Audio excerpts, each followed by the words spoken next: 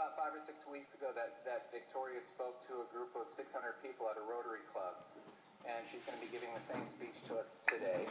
And I saw it, I think a week or so after it hit the web, it started going around. And so I quickly got on the phone and talked with her dad, Zane, and invited them here. And so we have a very special treat. So Victoria, come on up, do your thing. You're welcome.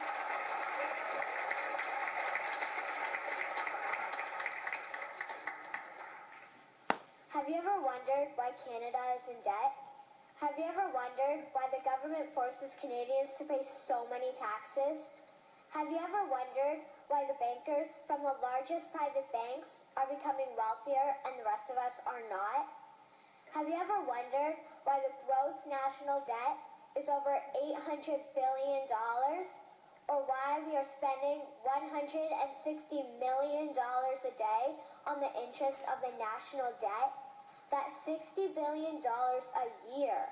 Have you ever wondered who receives the $60 billion? What I have discovered is the banks and the government have colluded to financially enslave the people of Canada. I will share with you 3 important points of reference, which will hopefully spark enough interest and concern for you to continue the research on your own and to engage your government to stop this criminal act against the people of Canada. First, we will briefly examine the Bank of Canada. Second, we will see how our banking system works today. And lastly, I will offer a viable solution that we can petition our government to implement. A very little known figure in Canadian history is J.L. Graham McGeer. He was a lawyer, Member of Parliament, and Mayor of Vancouver. His contribution to Canada is probably the greatest in our history. He championed the creation of the National Bank of Canada, whose sole purpose is to create and manage Canada's money. It was formed on July 3, 1934, and owned by all Canadians. Until the 1970s, because of the Bank of Canada, Canada's national debt was held at a constant, manageable level, until the government decided to implement what we now have as our modern-day banking system that is robbing the Canadian people. So how are they robbing us? Allow me to explain how our private banks and government work today. First, the Canadian government borrows money from the private banks. They then lend the debt-based money to Canada with compounded interest. The government then continues to increase taxation of Canadians year after year in order to pay back the interest on the exponentially growing national debt. What results is inflation, less real money for Canadians to spend into our economy, and the real money being used to pad the pockets of the banks. Also, the government gave the banks the ability to loan out money that doesn't exist in the form of loans.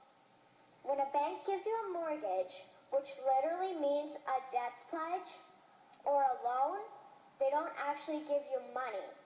They click a key on a computer and generate the fake money out of thin air. They don't actually have it in their bank vaults. Presently, the banks only have $4 billion on reserve, but they have loaned out over $1.5 trillion. To quote Graham Towers, each and every time a bank makes a loan, a new bank credit is created.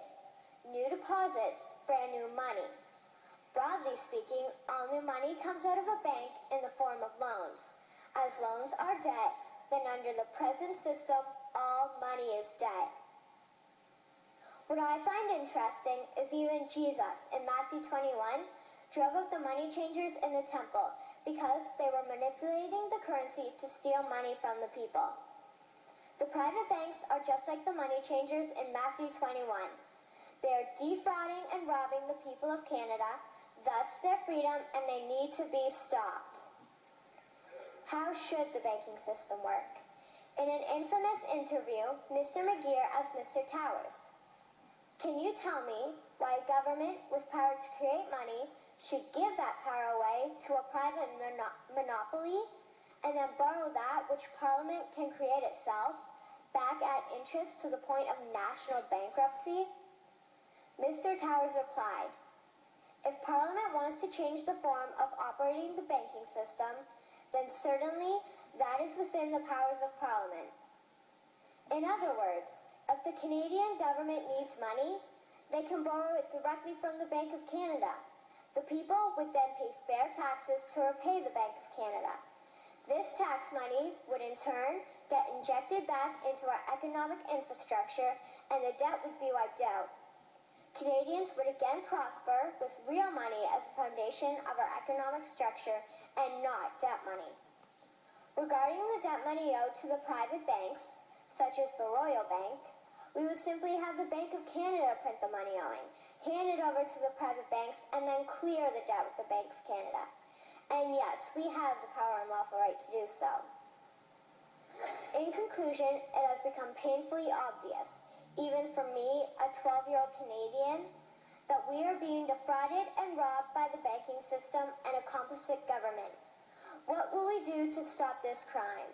What will we do to ensure that the next generation will live free and clear of the debt-based economy that enslaves them to the banks? Margaret Mead said the following, and I hope that all of you remember this. Never doubt that a small group of people can change the world. Indeed, it is the only thing that ever has.